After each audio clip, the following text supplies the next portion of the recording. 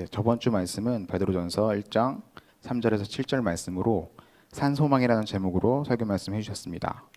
죽음 이후에 반드시 이루어질 부활이라는 사실이 우리의 산소망입니다. 그리고 그 안에서 기뻐하는 것이 우리가 추구해야 할 방향입니다. 하지만 우리가 흔히 착각하는 게 있습니다. 내가 무언가를 열심히 하고 시간을 쏟아부으면 그것이 마치 내 삶을 책임져 줄 것이라 생각하지만 결코 그렇지 않습니다. 그것은 단순히 가능성만 높여줄 뿐 아무것도 보장할 수 없기 때문입니다. 저는 저와 여러분이 산소망과 완전하지 않은 소망을 분별하는 그런 삶을 사셨으면 좋겠습니다. 짧게 기도할 텐데, 주님이 부활하셨던 것처럼 우리도 죽음 이후에 부활이 있다는 것을 믿고 그것에 소망을 두고 살게 해주세요라는 기도 제목 가지고 나와 내 주변 사람들을 위해 짧게 기도하는 시간 갖도록 하겠습니다.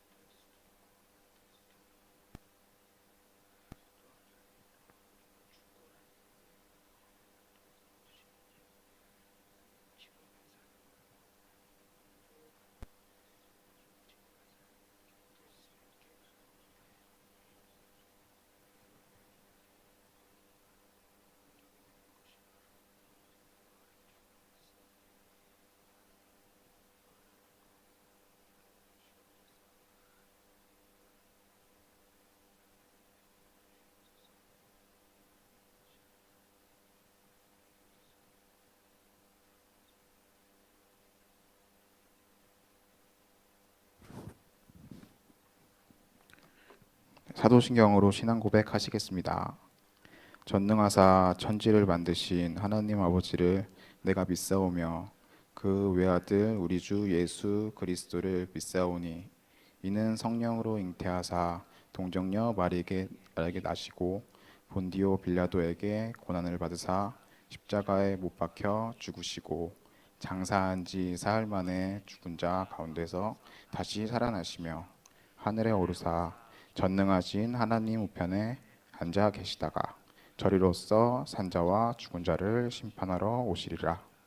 성령을 믿사오며 거룩한 공회와 성도가 서로 교통하는 것과 죄를 사하여 주시는 것과 몸이 다시 사는 것과 영원히 사는 것을 믿사옵나이다. 아멘.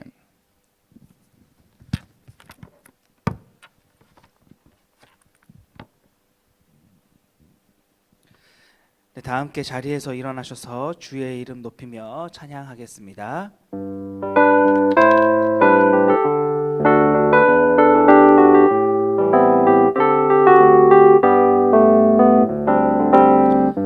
주의 이름 높이며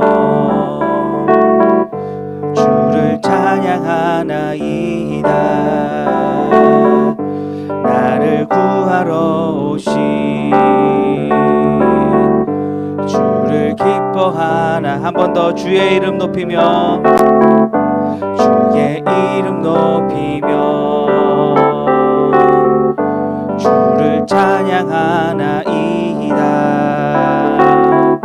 나를 구하러 오신 주를 기뻐하나이다. 하늘 영광 버리고 이 땅 위에 십자가를 지시고 죄 사했네. 무덤에서 일어나 하늘로 올리셨네. 주의 이름 높이리. 아멘. 네, 자리에 앉으시겠습니다. 네, 광고하겠습니다. 먼저 예배 안내입니다. 코로나19 확산 방지를 위하여서 다음과 같이 예배가 변경되었습니다.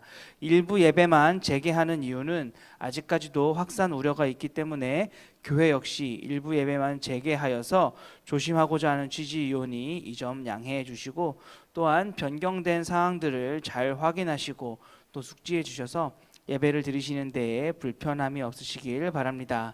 2부 예배는 기존과 같은 주일 오전 9시 30분 부평중앙교회 본당에서 드립니다.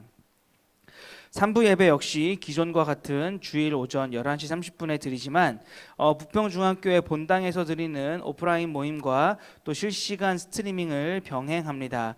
실시간 스트리밍은 유튜브 부평중학교 채널에서 확인하실 수 있습니다. 3부 예배는 온라인, 오프라인 모두 병행해서 드려지게 됩니다.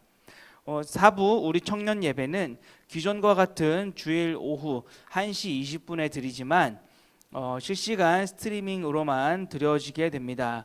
부평중학교의 본당을 개방하지 않습니다. 이 점 잘 기억해 주시고, 또한 예배 출석은 각 소그룹의 양육 리더님께서 확인해 주시고 또 서기로 섬기시는 원나현 자매님께 전달해 주시기 바랍니다.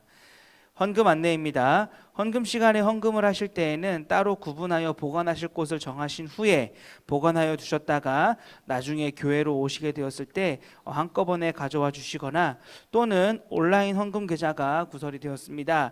온라인 헌금 계좌를 이용해서 헌금해 주시기 바랍니다. 온라인 헌금 계좌를 이용하실 때에는 헌금 항목을 반드시 표시해 주시기 바랍니다. 마지막으로 퍼스펙티브스 안내입니다.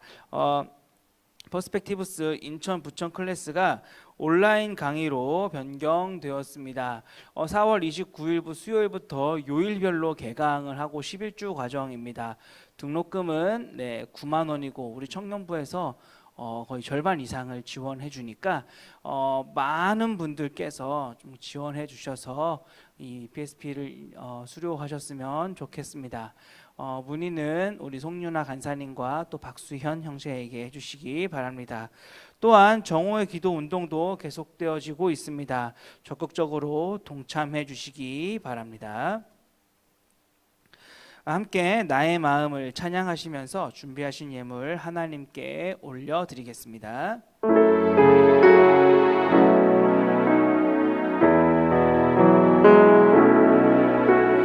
나의 마음을 정금과 같이 정결케 하소서. 나의 마음을 정금과 같이 하소서. 내 영혼에 한 소망이 있으니 주님과 같이 거룩하게 나의 삶을 드리리. 거룩하게 하소서. 오 주님 나를 받으소서.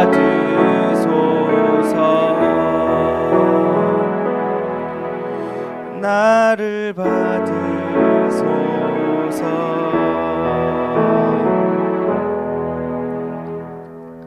하나님 아버지, 오직 하나님 한 분만이 우리의 소망 되시며 우리가 의지해야 할 분 되심을 고백합니다. 이 시간 하나님 앞에 경건한 마음을 가지고 엎드리오니 우리의 예배를 받아 주시옵소서. 코로나19 사태로 인하여서 우리가 비록 함께 모이지는 못하지만 한 마음을 품고 이 자리에 나왔사오니 공간과 시간을 넘어 역사하시는 하나님을 함께 누릴 수 있도록 우리에게 영적인 집중력을 허락하여 주시옵소서.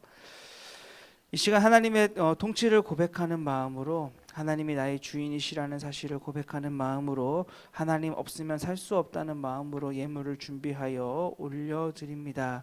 모든 예물 기쁘게 받아주시고 이 예물이 사용되는 곳마다 가난하고 어려운 우리의 이웃들이 하나님의 위로를 받게 하여 주시옵소서. 또한 바치는 우리 모든 미커 지체들의 삶에도 하나님의 복을 더하여 주셔서 있는 모든 곳에서 하나님의 영광을 드러내는 삶 살게 하여 주시옵소서. 예수님의 이름으로 기도하옵나이다. 아멘. 네, 오늘 함께 나눌 하나님의 말씀은 신약성경 누가복음 4장 1절에서부터 13절까지의 말씀입니다. 누가복음 4장 1절에서부터 13절까지 제가 가진 성경은 신약 93면에 있습니다. 신약 성경 누가복음 4장 1절에서부터 13절까지 우리 한 목소리로 함께 읽도록 하겠습니다. 예수께서 성령의 충만함을 입어 요단강에서 돌아오사 광야에서 40일 동안 성령에게 이끌리시며 사탄에게 시험을 받으시더라. 이 모든 날에 아무것도 잡수시지 아니하시니 날수가 다함에 줄이신지라. 사탄이 이르되 내가 만일 하나님의 아들이거든 이 돌들에게 명하여 떡이 되게 하라. 예수께서 대답하시되 기록된 바 사람이 떡으로만 살 것이 아니라 하였느니라. 사탄이 또 예수를 이끌고 올라가서 순식간에 천하 만국을 보이며 이르되 이 모든 권위와 그 영광을 내가 내게 주리라. 이것은 내게 넘겨준 것이므로 내가 원하는 자에게 주노라. 그러므로 내가 만일 내게 절하면 다 내 것이 되리라. 예수께서 대답하여 이르시되 기록된 바 주 너희 하나님께 경배하고 다만 그를 섬기라 하였느니라. 또 이끌고 예루살렘으로 가서 성전 꼭대기에 세우고 이르되 내가 만일 하나님의 아들이거든 여기서 뛰어내리라. 기록되었으되 하나님이 너를 위하여 그 사자들을 명하사 너를 지키게 하시리라 하였고 또한 그들이 손으로 너를 받들어 내 발이 돌에 부딪히지 않게 하시리라 하였느니라. 예수께서 대답하여 이르시되 주 너의 하나님을 시험하지 말라 하였느니라. 사탄이 모든 시험을 다 한 후에 얼마 동안 떠나니라. 아멘.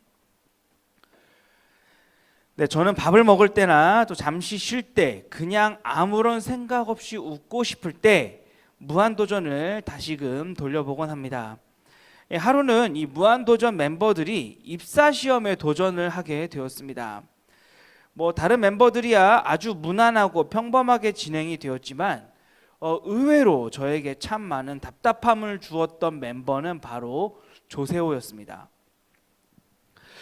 이 면접관의 질문과는 전혀 다른 내용들을 대답하고 있는데 이 조세호 씨는 자기가 무슨 말을 하고 있는지 제대로 된 대답을 했는지도 모르는 그런 그의 모습은 보는 저로 하여금 참 안타깝게 했습니다.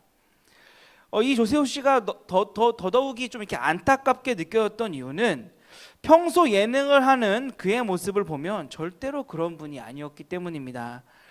누군가 질문을 하면 마치 기다렸다라는 듯이 적절한 답을 하면서 정말 오디오를 꽉꽉 채워주었던, 그래서 같은 멤버들이 봐도 와 정말 대단하다라고 할 만큼 정말 적재적소에 대답을 잘 하였던, 센스 있게 대답을 했던 사람이 바로 이 조세호 씨였기 때문입니다.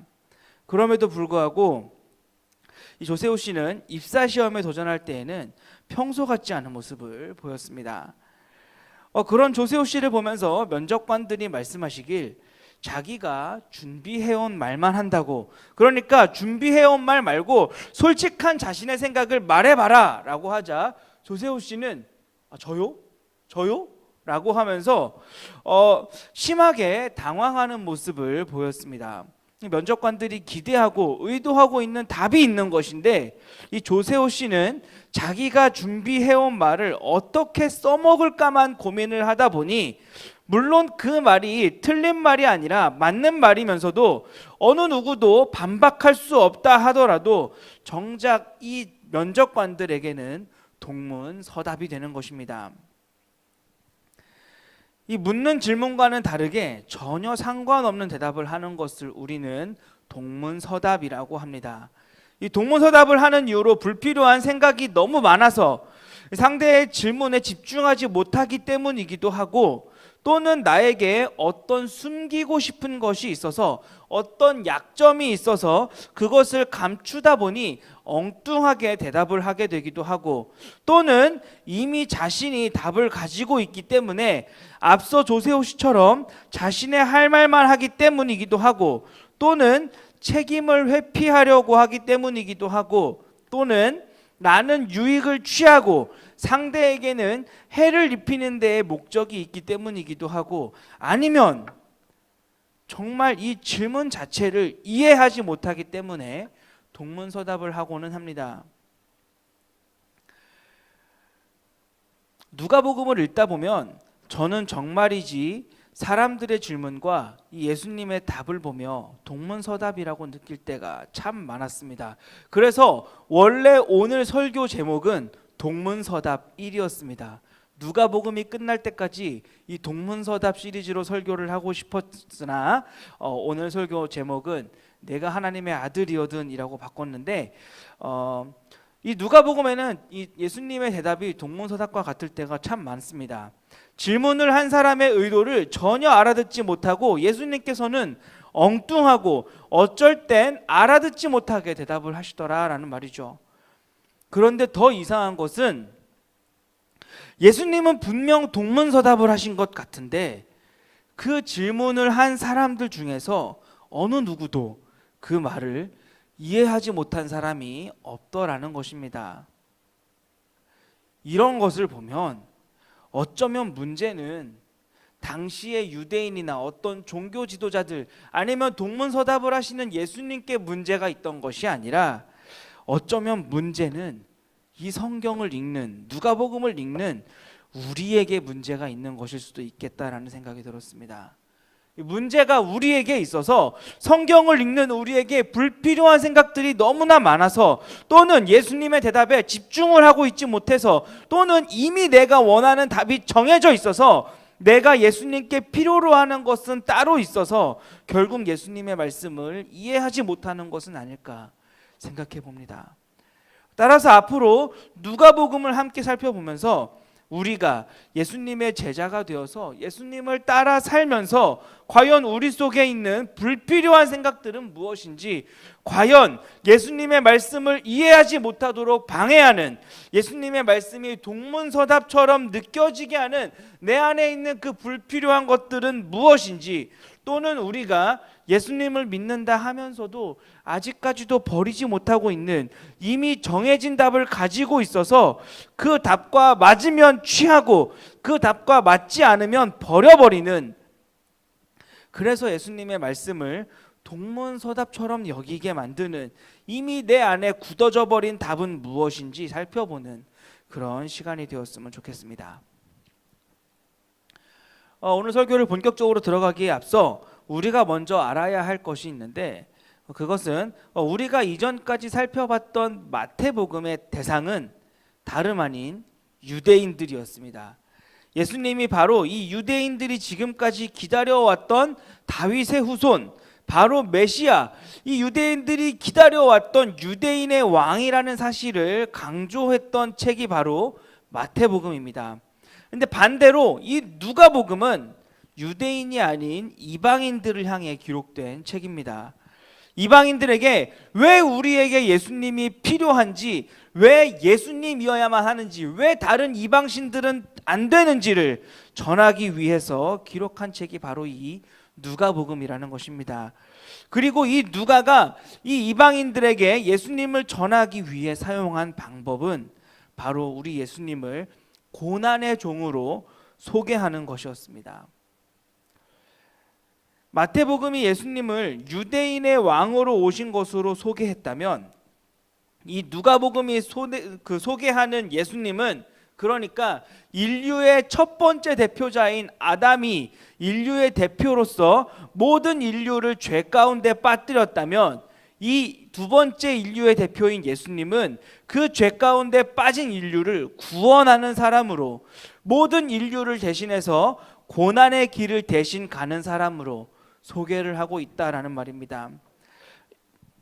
첫 번째 인류의 대표는 사람들을 죄와 사망의 길로 인도했지만, 두 번째 인류의 대표인 예수님은 고난을 통해 구원과 생명의 길로 인도하는 그 인도자여서 반드시 그 두 번째 인류의 대표를 통해서만, 예수님을 통해서만 구원과 생명을 얻을 수 있다라는 것, 그리고 그 두 번째 인류의 대표가 인류가 받아야 하는 모든 고난을 대신 받으신 바로 두 번째 아담이라 말하는 것이 바로 이 누가복음입니다. 재미있는 것은 이 누가복음에는 인류의 두 번째 대표이자 또 고난의 종인 우리 예수님을 방해하는 이 사탄의 주도적인 행동들이 정말 많이 나타나고 있다라는 거예요. 마치 인류의 첫 번째 대표인 아담을 유혹해서 시험을 해서 무너뜨려 버린 것처럼, 인류의 두 번째 대표인 예수님을 이 사탄이 유혹하고 시험해서 무너뜨리려고 하는 그 사탄의 주도적인 모습을 누가는 기록을 하고 있습니다. 오늘 본문인 그 사탄이 예수님을 시험하는 장면이나, 그리고 13절에 보면은 사탄이 모든 시험을 다 한 후에 얼마 동안 떠나니라 라고 해서 예수님을 시험으로 이기지 못하자 작전상 후퇴를 하는 장면이 등장하기도 하고, 또한 22장 3절을 보면 유다가 예수님을 팔려는 마음을 먹게 된 것을 누가는 어떻게 기록을 하느냐면 사탄이 유다에게 들어갔다라고 하는 것으로 묘사를 하고 있고, 또한 누가복음 22장 31절에는 사탄이 베드로를 밀가부르듯 하려고 했다라고 하는 등 사탄이 지속적으로 이 인류의 두 번째 대표인 예수님을 넘어뜨리려고, 예수님을 인류의 첫 번째 대표였던 아담처럼 넘어뜨리려고 하는 모습을 우리는 누가복음 내에서 많이 볼 수 있어요. 왜냐하면 예수님으로 이 고난의 길을 가지 못하게 해서 인류의 두 번째 대표의 역할을 제대로 감당하지 못하게 하는 것이 이 사탄의 마지막 미션이기 때문입니다. 예수님께서는 인류의 대표가 되셔서 하나님의 모든 요구를 순종하시고 모든 고난을 다 당하셔서 인류에게 구원과 생명의 문을 열어두기 위해서 이 땅에 오셨습니다. 사탄은 그것을 방해하고 싶었던 것입니다. 오늘 본문은 인류의 두 번째 대표이신 그 예수님을 넘어뜨리려고 하는 사탄의 시험입니다. 사탄은 예수님을 시험하기 위해 40일 동안 금식하셔서 굶주리신 예수님을 찾아왔어요. 그런 예수님을 향해 사탄이 내민 시험은 총 3가지, 바로 돌로 떡을 만들라고 하는 것과 사탄에게 절을 하라고 하는 것과 마지막으로 성전에서 뛰어내리라 라고 하는 것이었습니다. 그리고 예수님께서는 이 3가지 시험을 모두 다 각각의 말씀으로 이겨내셨습니다. 한 번은 신명기 8장 3절 말씀, 사람이 떡으로만 사는 것이 아니요 여호와의 입에서 나오는 모든 말씀으로 사는 줄을 내가 알게 하려 하심이니라 라고 하는 말씀으로 이기셨고, 또 한 번은 신명기 6장 13절 말씀, 내 하나님 여호와를 경외하며 그를 섬기며 그의 이름으로 맹세할 것이니라 라고 하는 말씀으로 이기셨고, 마지막은 시편 91편 11절 12절 말씀, 그가 너를 위하여 그의 천사들을 명령하사 내 모든 길에서 너를 지키게 하심이라, 그들의 손으로 너를 붙들어 발이 돌에 부딪히지 아니하게 하리로다 라는 말씀으로 이기셨습니다. 그런데 이게 왜 이긴 것일까요? 왜 이긴 게 될까요? 단순히 사탄이 하라는 것을 하지 않았으니까 그래서 시험을 이긴 것입니까? 이 시험의 내용이 사탄이 시키는 대로 하냐 안 하냐의 문제라고 말할 수 있을까요? 그럼 제가 예를 하나 좀 들어보겠습니다. 용건 형제님, 저 물 좀 가져다 주겠습니까? 이렇게 해서 용건 형제가 물을 저에게 가져다 주면 이렇게 해서 용건 형제가 저에게 물을 가져다 주면 용건 형제는 제 말에 순종했으니까 용건 형제는 저에게 진 겁니까? 저는 용건 형제를 이긴 거라고 말할 수 있을까요? 용건 형제는 제가 낸 이 시험에서 실패한 것일까요? 이거 아니지 않습니까? 또한 다르게도 한번 생각해 보겠습니다. 하나님이신 예수님께서 언제든 이 돌을 떡으로 만들어 드실 수 있으신 분이십니다. 또한 언제든지 이 세상의 모든 권위와 영광을 받으실 수 있으시며 언제든지 마음만 먹으면 천사를 부리실 수 있는 분이 바로 우리 예수님이세요.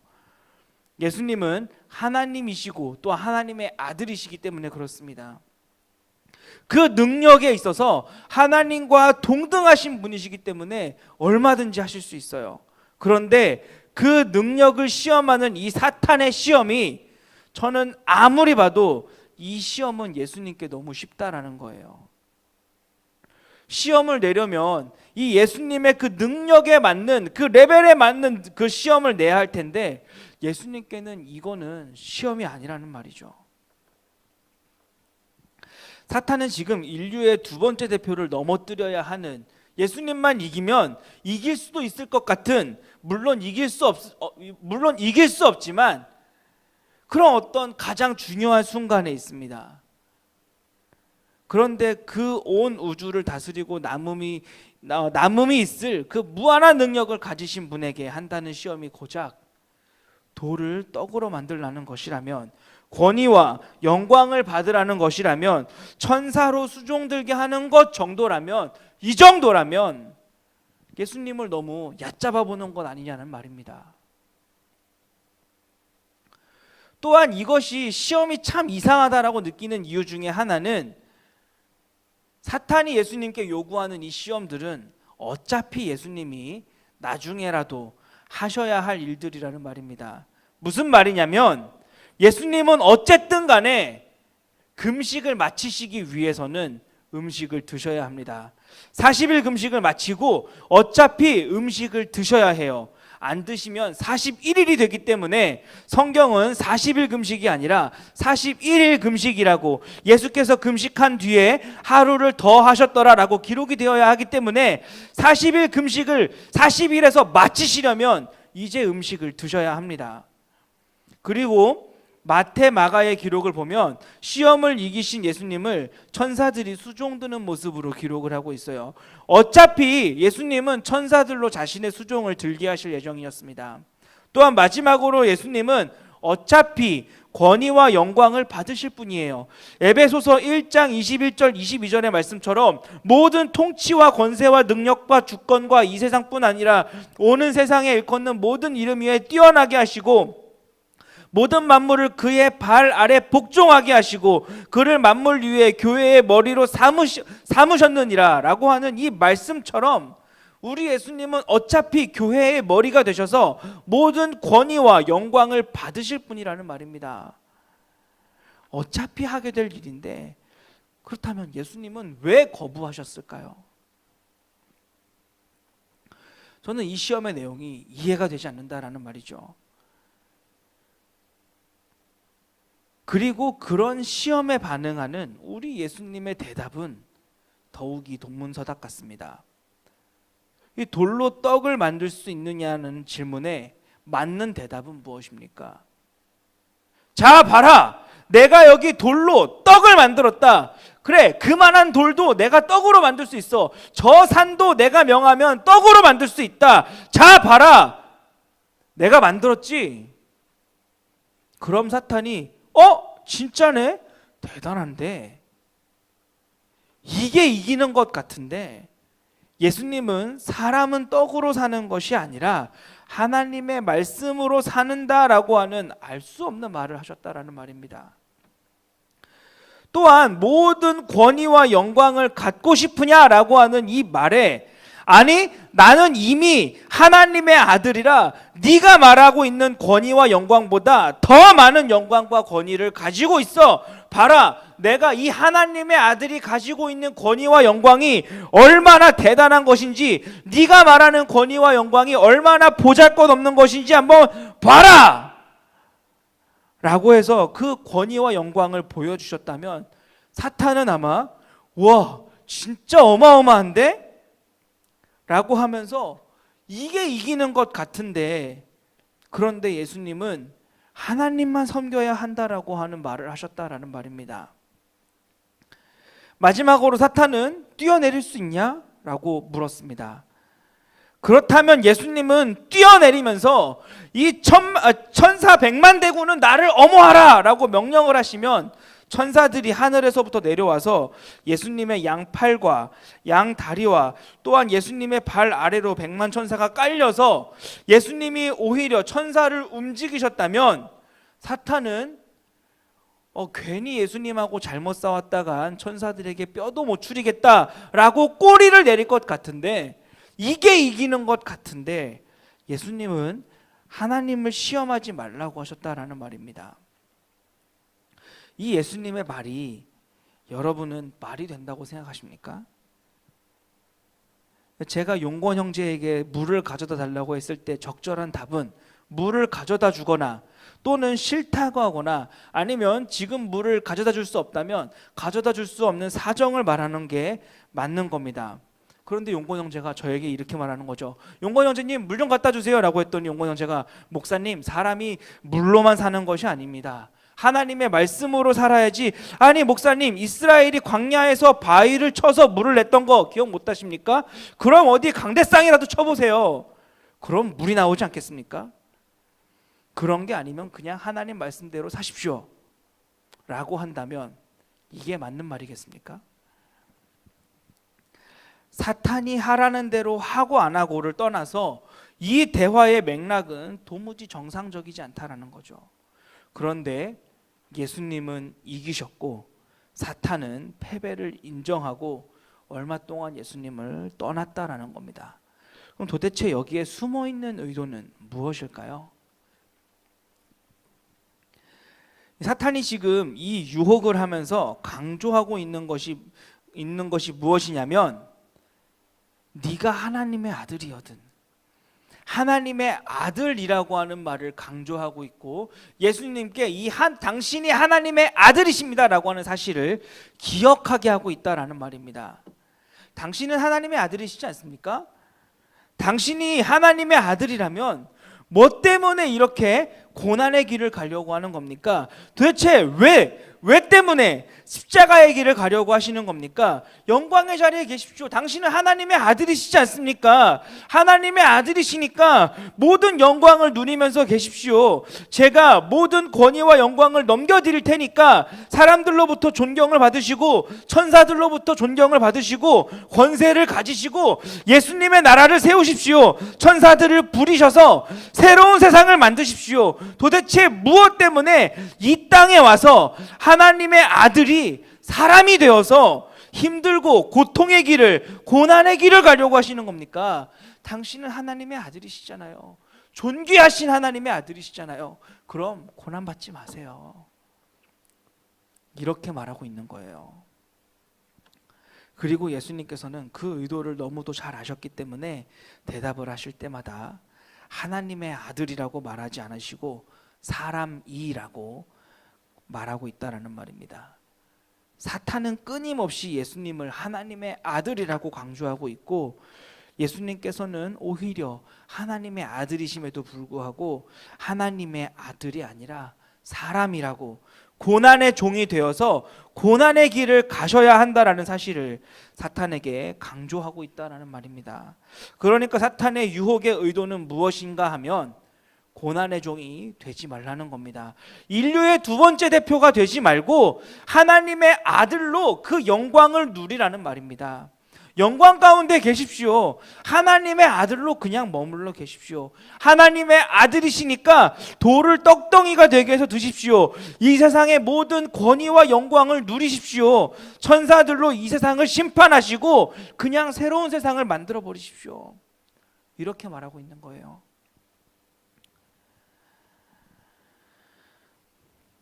여러분, 만약에 그 말대로 예수님께서 돌이 떡이 되게 해서 잡수셨다면, 권위와 영광을 받으셨다면, 천사들을 부리셨다면 어땠을까요? 만약 그때 그러셨다면 이 3년의 공생에는 고난의 종이 아닌 영광의 길을 가셨을 것입니다. 거긴 고난이 없어요.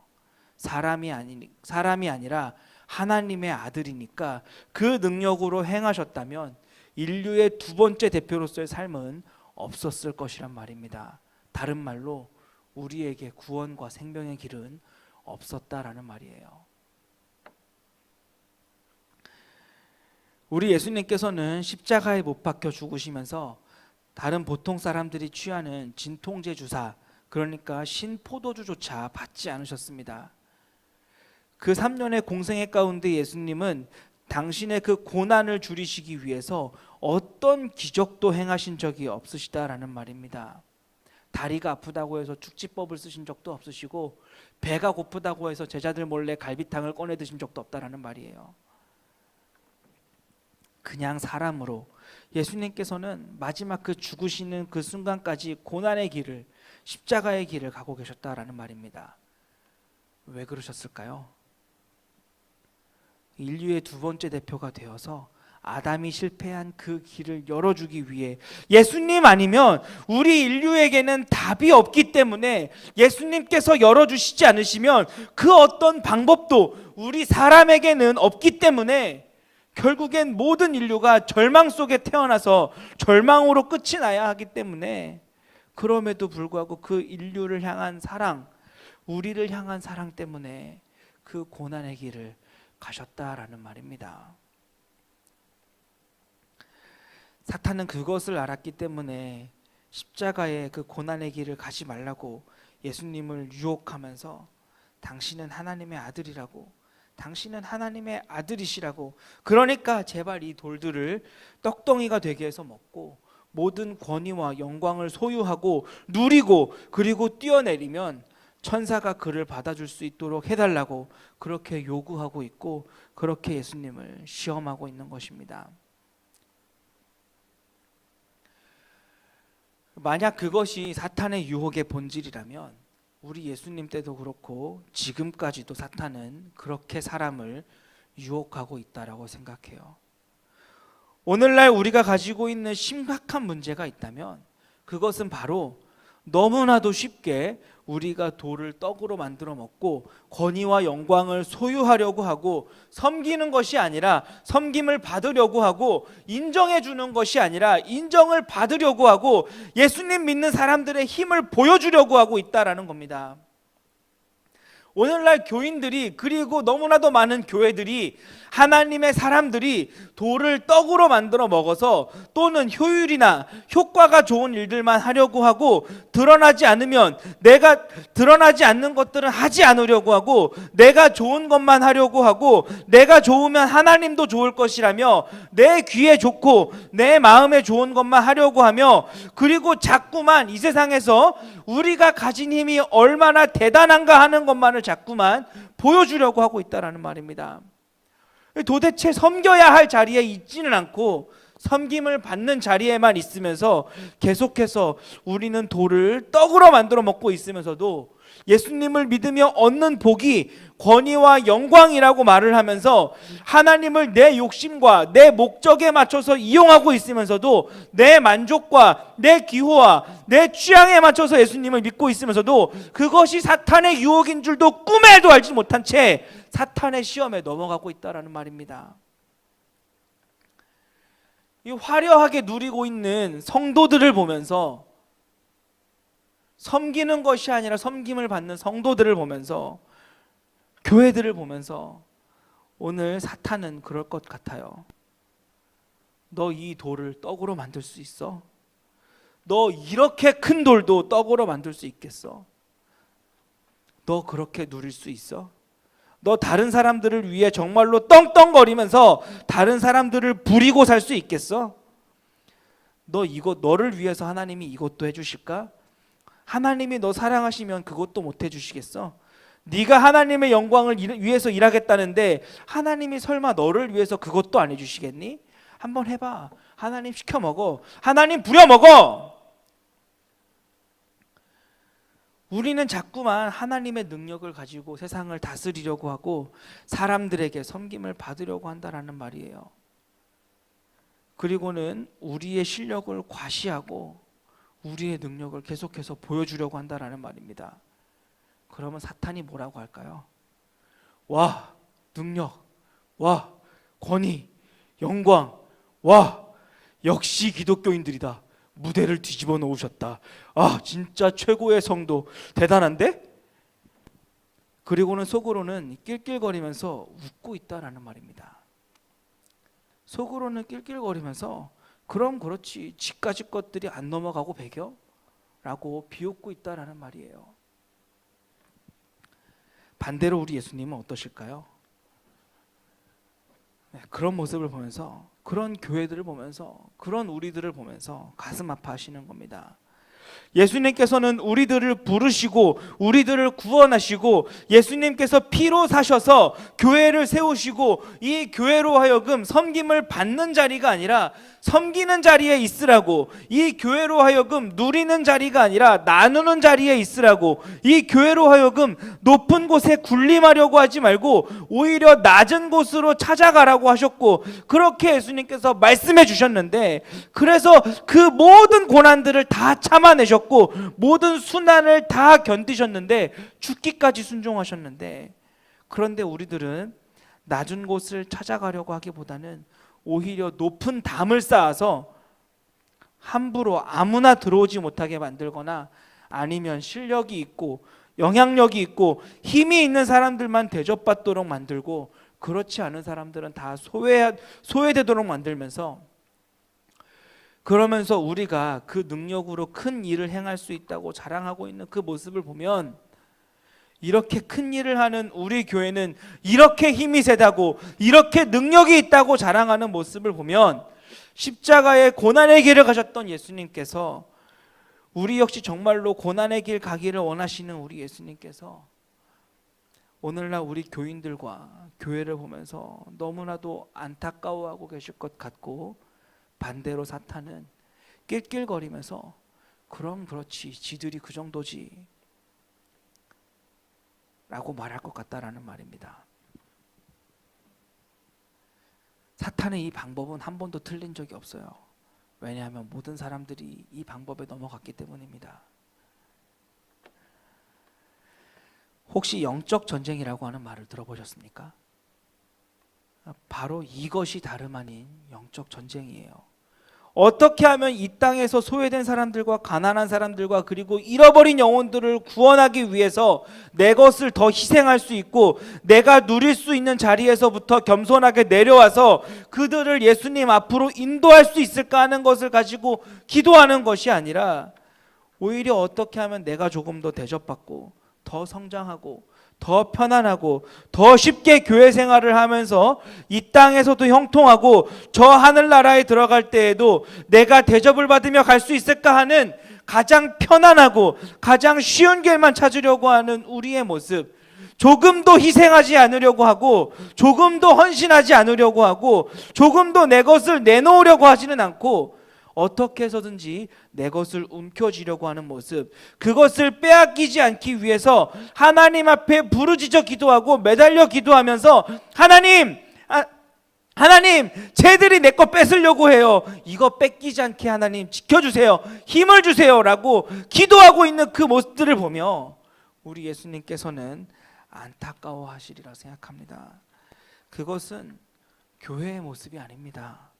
그것은 예수님 믿는 사람들의 모습이 아니에요. 그건 제자의 모습이 아닙니다. 저는 이것이 영적 전쟁의 실체라고 생각합니다. 무엇을 섬겨야 할까? 우리는 어떤 자리에 있어야 하는 것일까? 이것이 영적 전쟁의 실체라고 생각합니다. 사탄은 끊임없이 그 사실을 뒤흔들려고 하는 겁니다. 우리로 하여금 낮은 자리에, 섬겨야 하는 자리에 있지 않게 하고 높은 자리에, 또한 섬김을 받는 자리에 있게 하려고 끊임없이 우리를 뒤흔들어 놓는다라는 말이에요. 코로나19로 인해 우리 한국교회는, 또한 우리 개개인들은 굉장한 위기를 맞게 되었습니다. 교회의 이미지는 이단과 다르지 않게 되었고, 슈퍼 전파자의 딱지를 달게 되었고, 또 정부 말을 지독하게도 안 듣는 단체가 되어서 아마 코로나 사태가 끝나게 되면 아마도 모이는 인원은 많지 않을 것이라고 하는 것이 우리 전문가들의 예측이고, 이미 그런 교회들이 속출하고 있습니다. 이렇게 우리 한국 교회가 위기에 처했다면 이 위기를 극복할 수 있는 유일한 방법은 제발 우리 교회들 그만 괴롭히라고, 그러면 우리가 더 이상 참지 않겠다라고 말하는 것이 아니라, 더 높이 올라가는 것이 아니라, 더 힘을 키우는 것이 아니라, 이제는 내려와야 할 때입니다. 이제 정말 희생의 자리에 있어야 하는 것이고, 고난의 길을 갈 준비를 해야 된다라는 말이죠. 내가 어떻게 하면 헌신할 수 있고 섬길 수 있을까? 지금까지 우리 교회들이 너무 많이 누리고 살았어요. 그렇게 돌을 떡으로 만들며 먹으면서, 그렇게 권위와 영광을 추구하면서, 그렇게 내게 좋은 것, 내가 원하는 것, 우리 사람에게 좋은 성과를 올리며 하나님을 이용하는 그 능력을 과시하는 중에, 오히려 그런 모습을 보면서 사탄이 낄낄거리고 웃는 모습들을 우리가 상상이라도 해볼 수 있다면, 우리는 이 치열한 영적 전쟁 가운데 무엇을 위해서, 누구를 위해서 살아야 하는가를 다시 한번 진지하게 고민해 봐야 할 필요가 있다라는 말입니다. 인류의 두 번째 대표이신 예수님께서는 하나님의 아들이라고 하는 이 영광의 자리에 머물러 계지 않으셨습니다. 죄로 인해 죽을 수밖에 없는 우리 인류를 위해 그 하나님의 아들이라고 하는 그 영광의 자리를 버려버리고, 우리 앞서 찬양했던 것처럼 하늘 영광을 버려버리고 이 땅에 오셔서 고난의 길을 가셨어요. 바로 우리의 구원과 생명을 위해 고난을 받으셨고 죽으셨습니다. 그리고 그렇게 우리 교회를 세워주셨어요. 그럼에도 불구하고 우리 교회들은 돌을 떡으로 만들어 먹으려고 하고, 권위와 영광을 받으려고 하고, 그렇게 죽으신 예수님을 이용해서 장사하려고 하고, 내가 원하는 것들만 하고 있다면, 그 예수님을 이용해서 내가 원하는 것들을 채우려고 한다면, 예수님의 고난과 이 예수님의 죽으심을 헛되고 정말 무의미하게 만드는 것이 아니겠느냐는 말입니다. 더 낮은 곳으로 내려갑시다. 더 섬기는 곳으로 갑시다.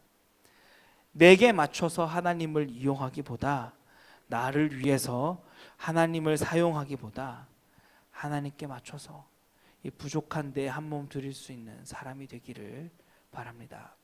기도하겠습니다. 하나님 아버지, 아담으로부터 시작된 우리의 죄를 해결하시기 위해 하나님의 아들이신 예수님을 우리에게 보내주심에 감사를 드립니다.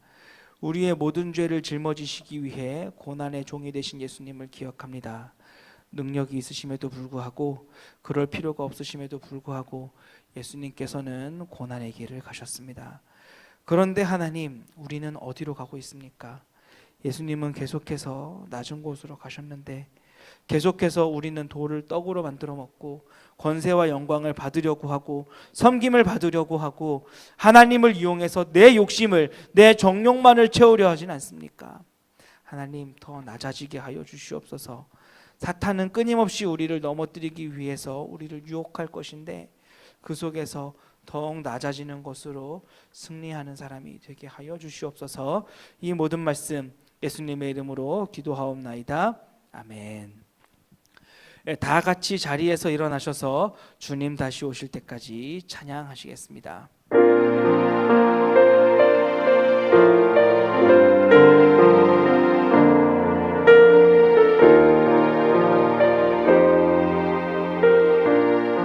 주님 다시 오실 때까지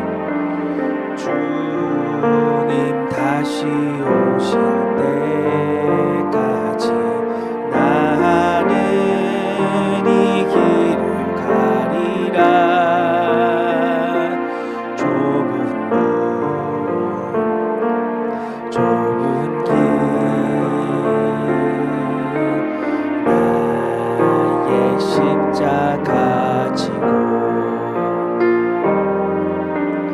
나의 가는 이 길 끝에서 나는 주님을 보리라.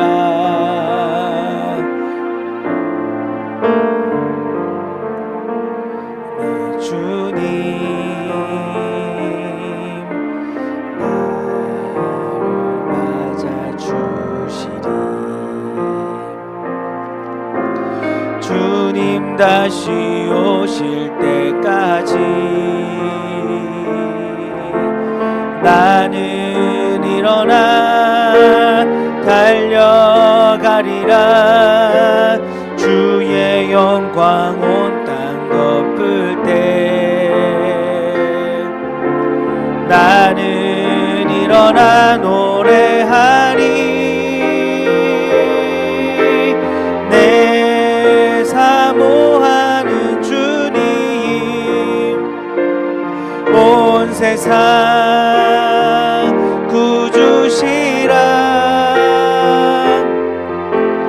내 사모하는 주님 영광의 왕이 내 사모하는 주님 내 사모하는 주님 온 세상 구주시라. 내 사모하는 주님 영광의 왕이시라.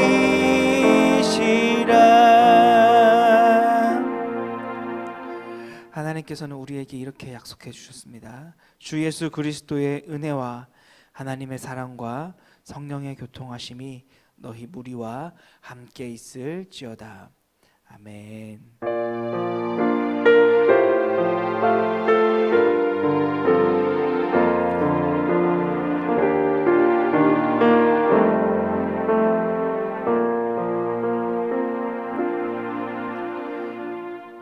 계속해서 그 5분에서 10분 정도 또 우리 교회와 나라를 위해서 기도해 주시기 바랍니다.